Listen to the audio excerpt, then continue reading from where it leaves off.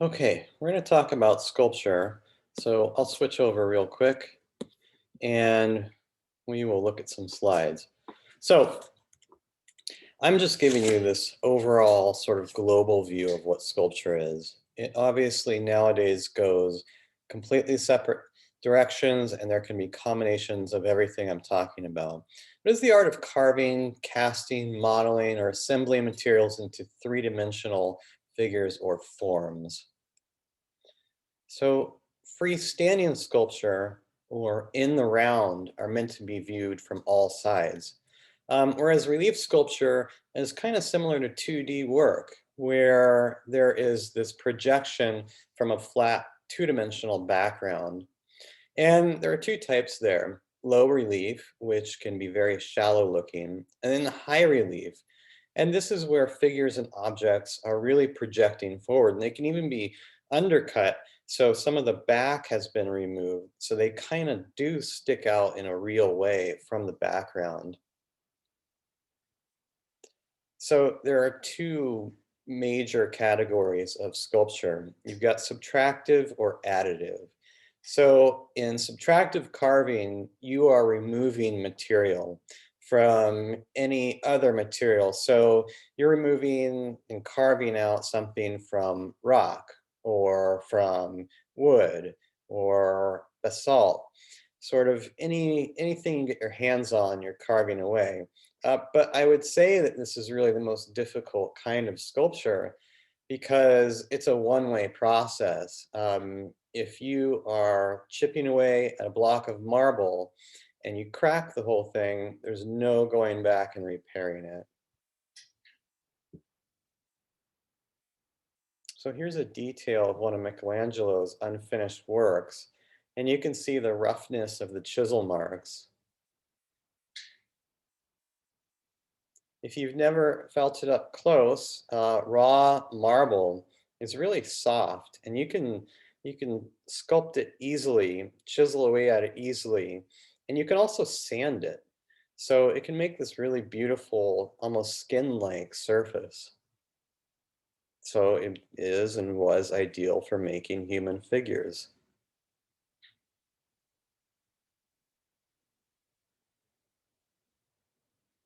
Here's just some examples of what we can do with marble.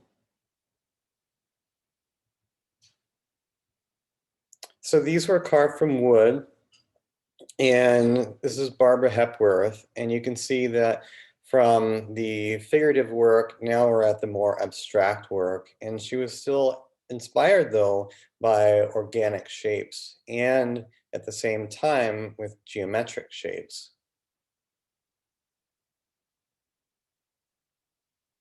Cool stuff. We've seen this slide before.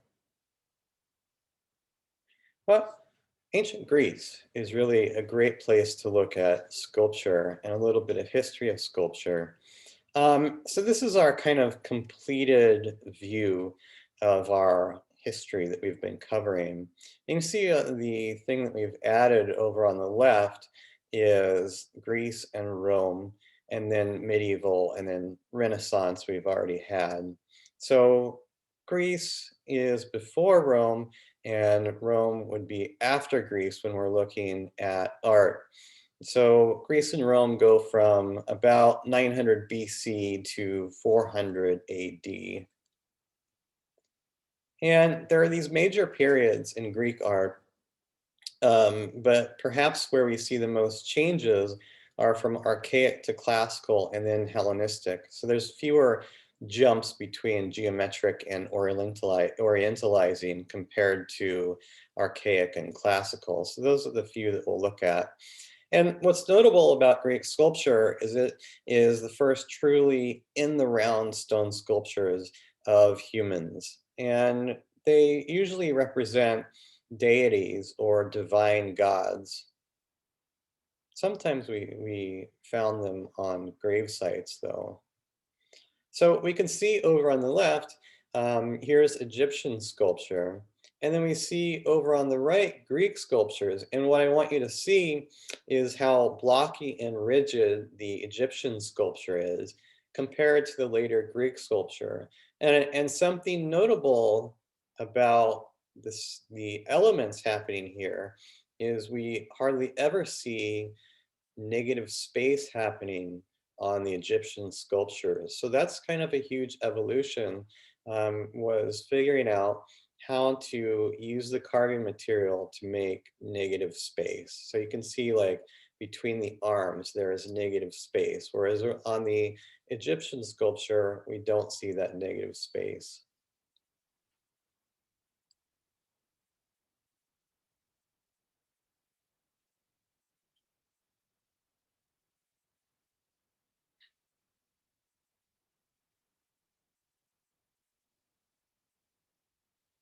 So when we look at Greek sculpture, a great way to start is to look at Kuros figures.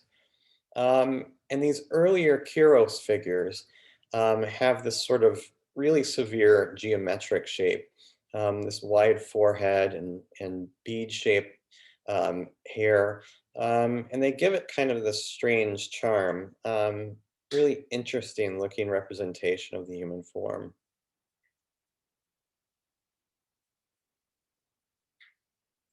Fabric can be depicted rather easily, I mean, so to speak, in marble.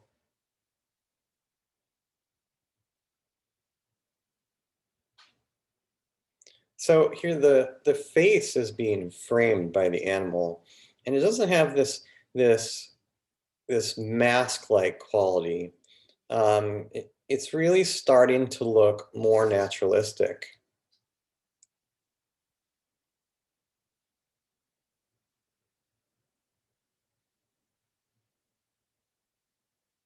So the figure that is sort of later than the calf bearer is sort of the highest level of refinement that the archaic style reached. The hair and the beard have this appearance of richly textured embroidery that really kind of subtly accents the face. And so this rampant head is one of the most famous examples of the fully formed archaic style.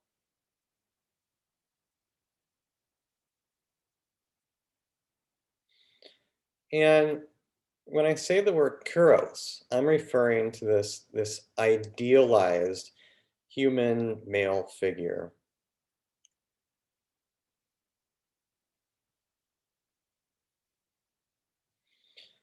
So some of these, though, were not gods or mortals, but sort of this something in between. So it's this ideal figure of what perfection was in the Greek mind at that time in their history. And you can see that this figure is quite old, 525 BC.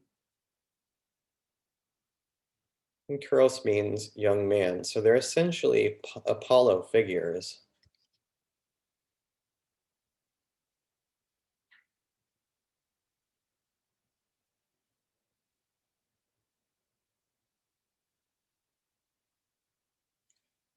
Look at that for a second.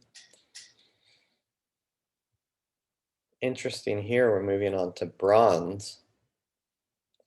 So we'll see that in later slides about lost wax casting and casting methods.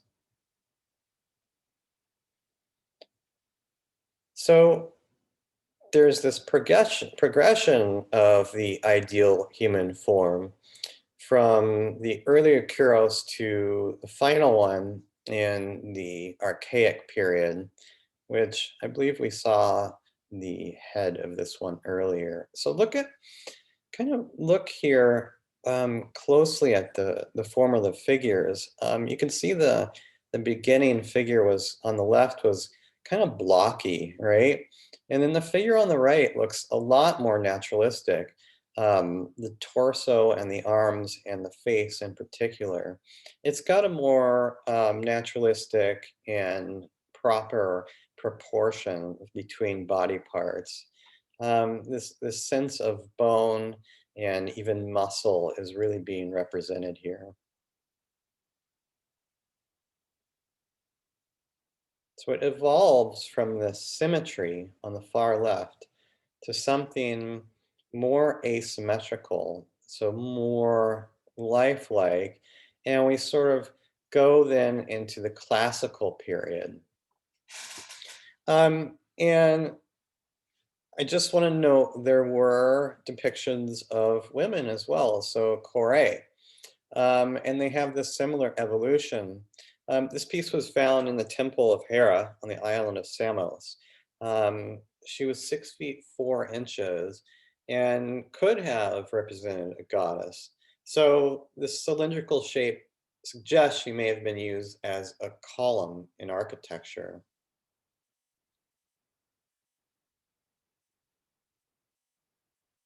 More blocky than columnar on this one, really simplistic and kind of more sophisticated. And you can see how the cloth is being represented here too. Look at that evolution from that little picture down on the right to the big picture.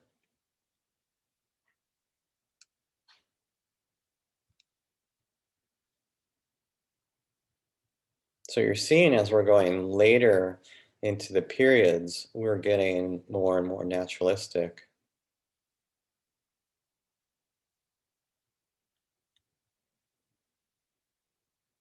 And finally, the really refined maiden figure. And that's just something mentioned down at the bottom that a lot of people don't know is these figures were all painted. So you didn't just see these in white or marble color in Greece and Rome. They were painted vibrant colors. It's just that they didn't have the kind of permanence of paint that we talked about when we were looking at painting. So a lot of materials that we're used to today weren't available to them.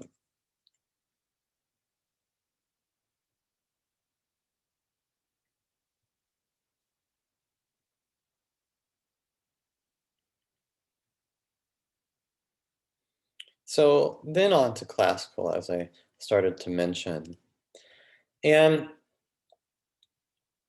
they kind of obviously evolved from the archaic period in really less than 200 years. So there's a lot of progress happening in a short period of time. And so we see the core from the Cretios boy, the standing youth, which stands apart from that finally evolved archaic sculpture. So down the bottom right is where we get to in the classic period, which is really lifelike. Um, they are in an upright position, but it's like they have this arrested stance, like they've been in motion and then stop. So they're not standing up at attention right at this moment. They're captured in the moment. So it's what gave the earlier statues the sense of militarism. But these having the leg forward like this look to be in a lot more of a relaxed position. Over on the right, the very symmetrical kuros, the archaic kuros. And then on the left, the more classic chaos, karos. And just look at the symmetry happening on the archaic kuros. Really calculated. Look at the different line through the body on the classical kuros. All the changes happening there. Knee is forward, leg is lower, the hip is down and inward. The left hip is outward. The axis of the body is this S curve. And we call this position with the leg forward and the hips arranged this way, we call it contrapposto, which means counterpoise. Big C classical.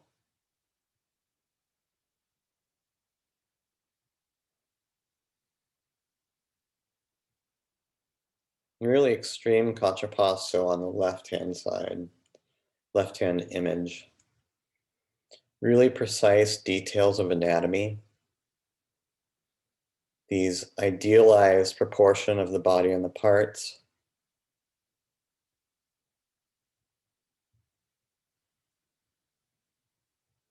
And just like the other periods, we've got evolution within the classical period. So the earlier and then the later classical.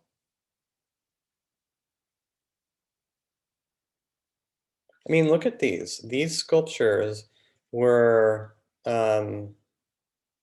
around in Greece and B.C.E classical. And then what? It took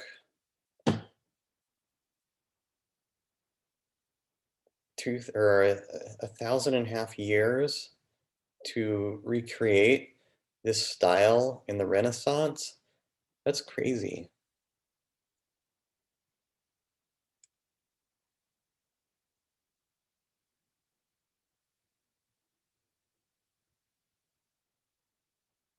So we're just seeing everything that I mentioned is just more pronounced than in the earlier version. And so there's kind of these different intentions happening here. And the answer is really not known. If they were to commemorate heroes, or were they to commemorate gods of some sort.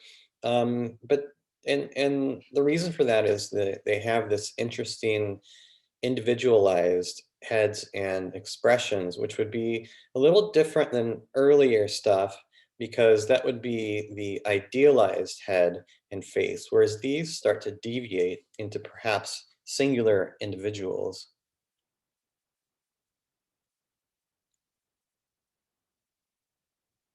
Discus thrower, mature classical style happening here. We've really got movement capture, and so this is meant to be a link between the mind and the eye to be beautiful.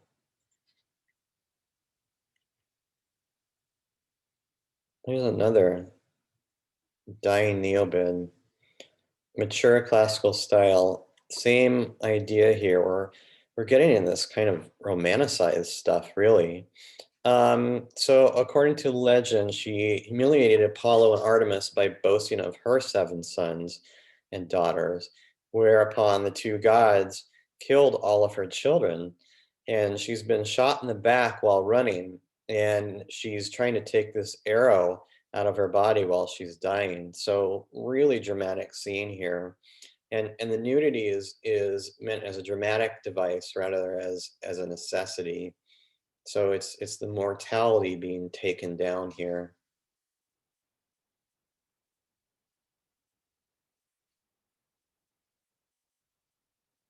Really deep feeling of pathos or suffering.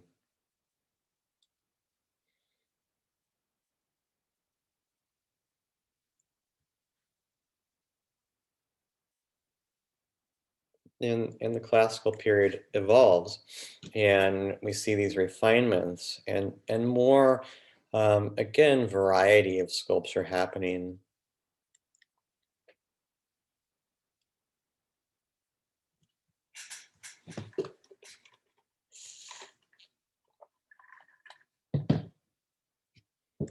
Look at the drapery being modeled. How incredible that is to get out of marble.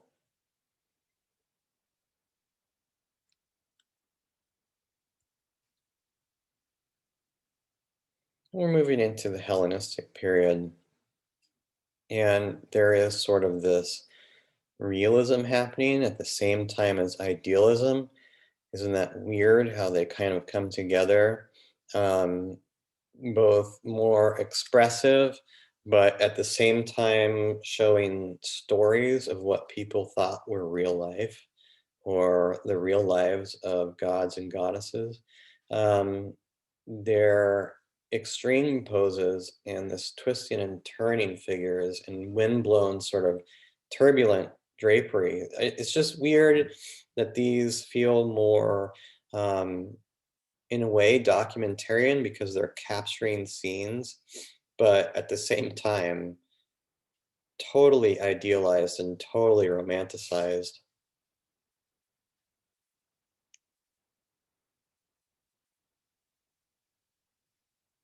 I mean, look at this extreme emotion being displayed by the sculpture.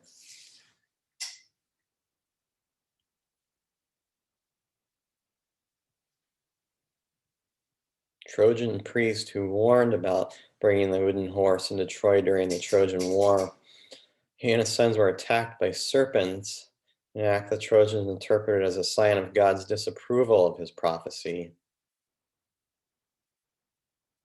There's been a lot written about this sculpture.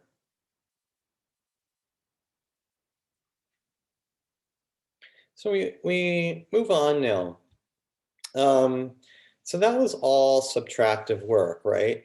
It was carved out, except for that one example of a bronze sculpture, and we'll get to that in a little bit. But additive processes. So this is where you're putting things together, like clay, to build up a form. So you're not just subtracting away material, you're building up material, and it's modeling. So we're using pliable materials or rough materials or hard materials, really whatever is apt for the culture or for the artist. Um, it's additive, can be worked in both directions. So I could build up what I want out of clay, and then if there's a part I want changed, I could carve it out. So additive is definitely more variable in approach than subtractive sculpture. So usually in additive processes, you can fix things. Bronze casting. So what I want you to do, I want you to watch this video about the way bronze casting works, because it's really interesting and really kind of complex about how the wax is used to to make the sculpture. It's complex when you're just trying to look at it in a picture, but when you see it in the video, it makes a lot more sense. So watch that. Um, and just mentioning bronze, the reason that you're not seeing that sort of bronze color is because there is patina.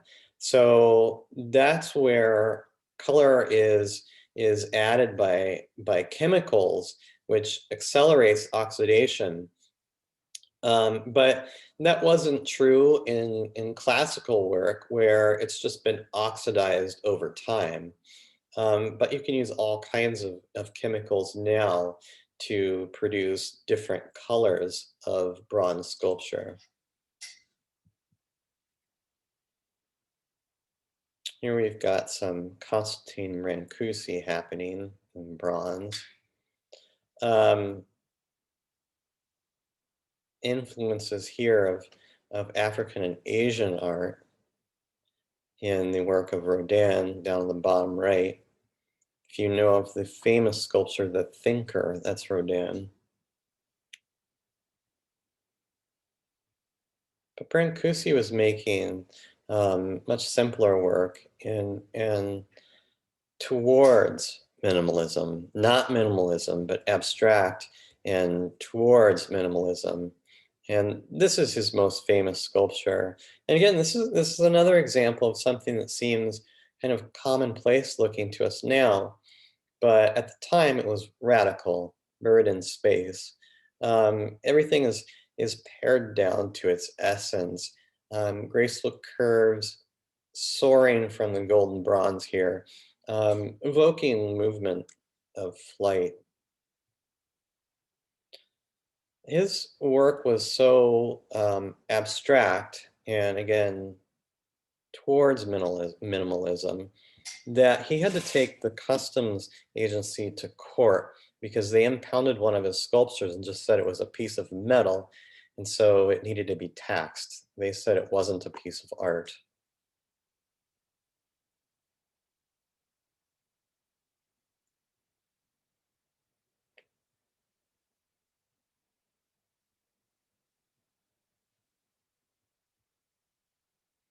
Here we've got some more additive process happening. The artist building up structure. Um, this is David Smith. He was His father was a blacksmith and really skilled in metalwork, so he knew how to do it. Really influential guy. So here, though, we've got this non-objective piece. So it's not meant to represent anything, as we've talked about. It's non-representational. It's just about the forms. We also got kinetic sculpture. Alexander Condler was really influential, making these sculptures meant to move in the wind. And of course, we're very familiar with this now, a mobile. Um, he introduces movement in the sculpture, essentially, as widely popular. Um, a really cool innovation. Again, we're so used to seeing it now. Some really beautiful work. Everything has to be balanced just right. This one's probably my favorite.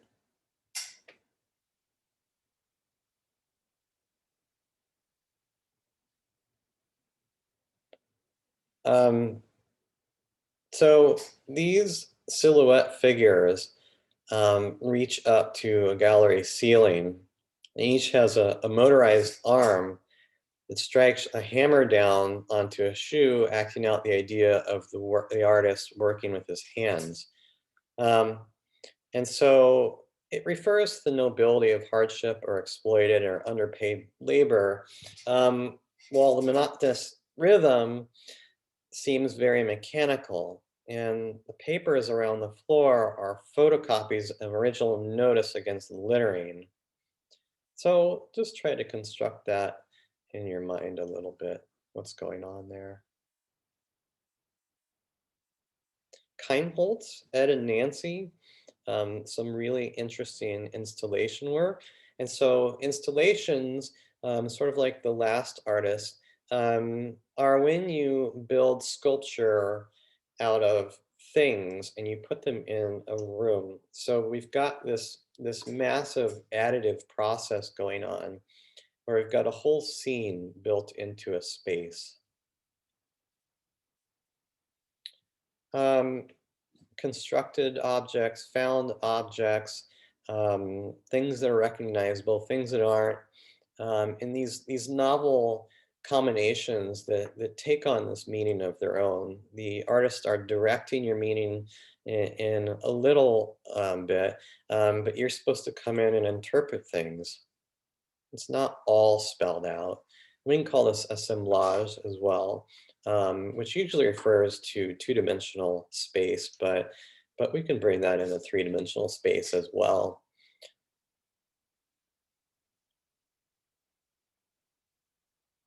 And they were very prominent in the 1970s. And they're this real indictment of what was happening in American society.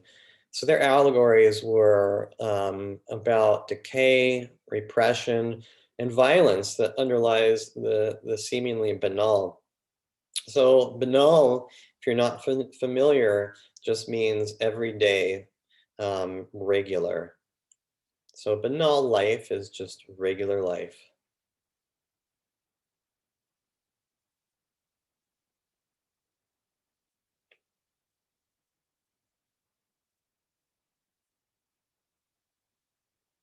We've seen this slide before.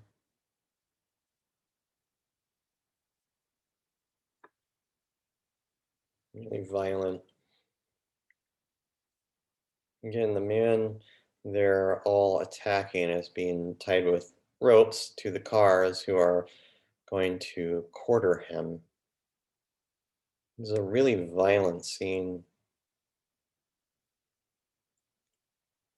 This one's kind of funny. You can read and interpret.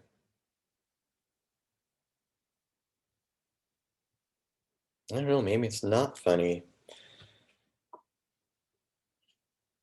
Guess the interpretation could go one of two ways, really.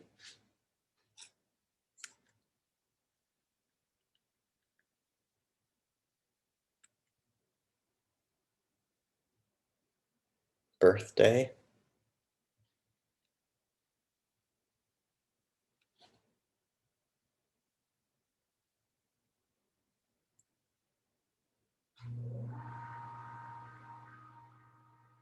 bit more of their controversial works.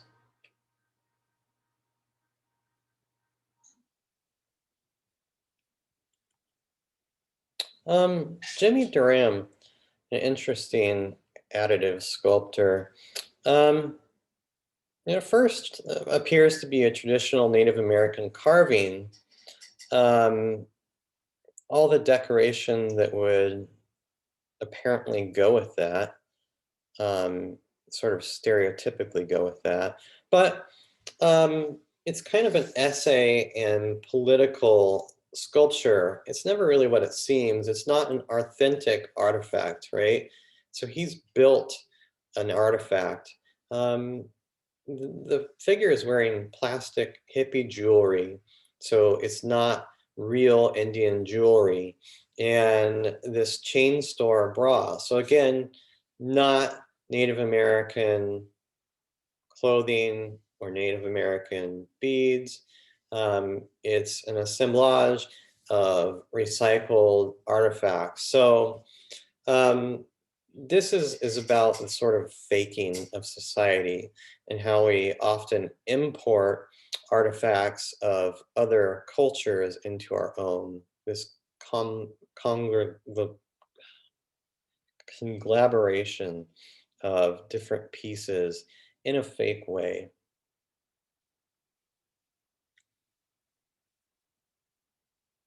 And he's in this really unique place as an American Indian and a Native American to really see that and see what's happening with his own culture and how that combines with the wider culture.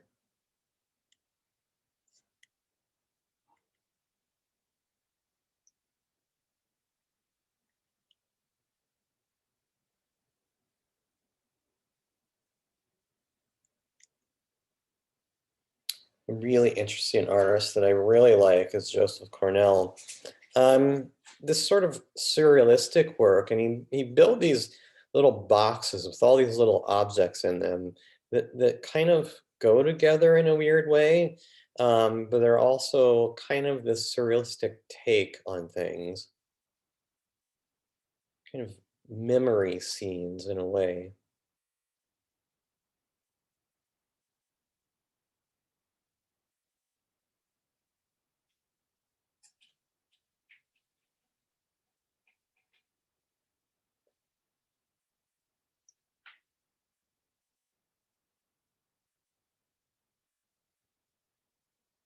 Love this one.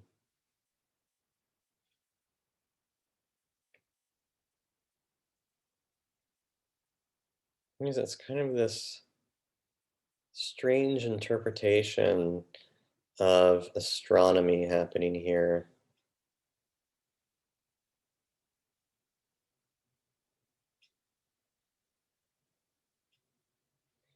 So a little bit more contemporary stuff. Um, Andrea makes these molds of figures, but they're given this kind of weird illusionism by using modern things like resins, and so you can see just how naturalistic his sculptures look, um, just how um, perfectly lifelike they look, so much to the point where it's kind of this weird feeling when you see them. They're made from these plastics, and then they're painted with oil paint to shade them and tone them and tint them to the exact right colors. Even using real hair and clothing are added to further add to the illusion of reality.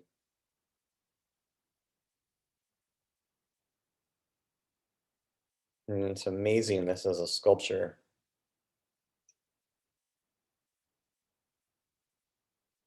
This this guy, this is the artist's head in blood. The entire thing is made out of blood and it's kept in this refrigerated box. So you go and see it, it's cold in there, and there are these heads in there, and they're made of blood. So if you haven't watched anything, you have to watch this video. It's crazy. It's this super realistic perspective on the nature of self-portraiture and self-expression really as a whole. So this is definitely not idealized art. This is definitely realistic. Um, realistic so much so that it's emotional to the viewer.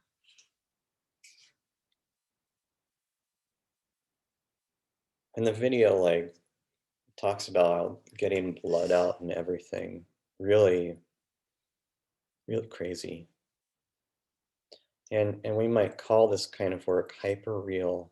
And that term means above reality. And if you want to read about hyperreal, you could read about Baudrillard. And then you could watch this video about Jeff Koons, a controversial figure in the world of art. He builds these kind of pop art sculptures. But watch this. This guy is really pretty weird. Makes some giant stuff and some little stuff that you may actually have seen images of.